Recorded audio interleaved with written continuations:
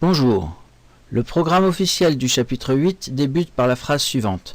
Sans entrer dans le détail des évolutions historiques, on rappellera qu'en se dotant d'un grand marché intérieur et d'une monnaie unique, les pays européens mènent une expérience originale d'intégration plus étroite de leurs économies. Alors que faut-il retenir ? Autrement dit, si on vous demande en quoi les pays européens mènent une expérience originale d'intégration, il faut répondre, c'est original, car c'est la création d'un grand marché intérieur, un marché unique, et c'est la création d'une monnaie unique. Commençons par le grand marché intérieur. Qu'est-ce que cela veut dire ? Autrefois, les pays européens n'avaient pas de marché unique. Il y avait des consommateurs européens qui consommaient chacun des produits de leur pays. Pourquoi se contentent-ils de consommer des produits de leur pays sans aller voir s'il y avait moins cher ailleurs ?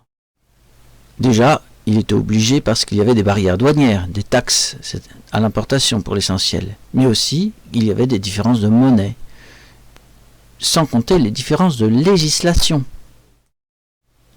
En effet, si vous étiez une entreprise française produisant des voitures, vous aviez des normes à respecter pour vendre aux Français, comme mettre des phares jaunes. Et ailleurs en Europe, on avait des phares blancs pour des raisons de divergence scientifique sans doute.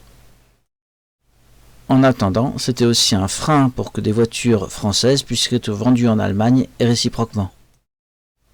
Bref, vous pourrez le constater sur le graphique des différents taux d'ouverture présentés ici. Les pays commerçaient moins entre eux dans les années 70 que dans les années 90 et encore plus que dans les années 2000.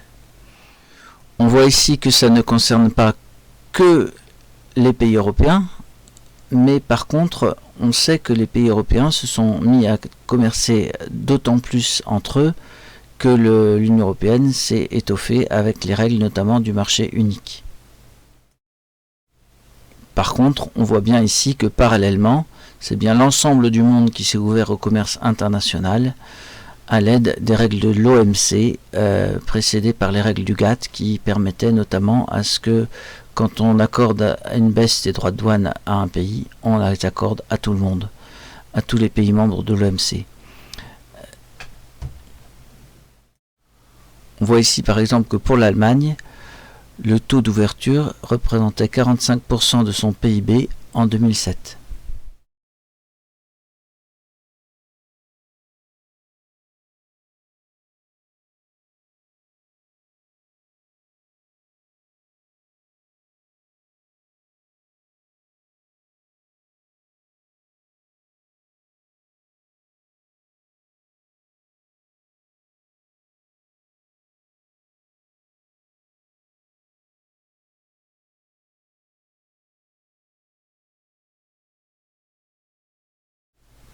Dans le document suivant, on constate que la France a des principaux pays partenaires qui sont souvent européens, même si ce n'est pas seulement des pays européens.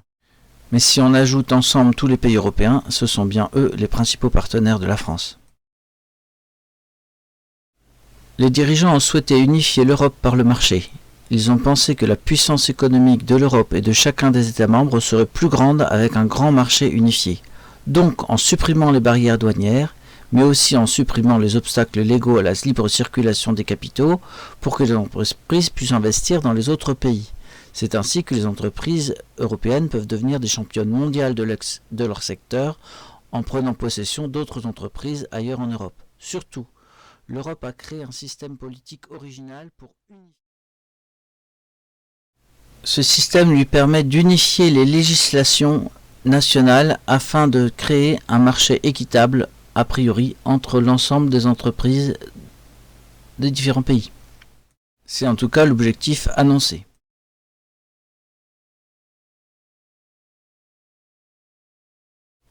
Mais le marché est vraiment complet quand on ajoute aussi la création de l'union monétaire.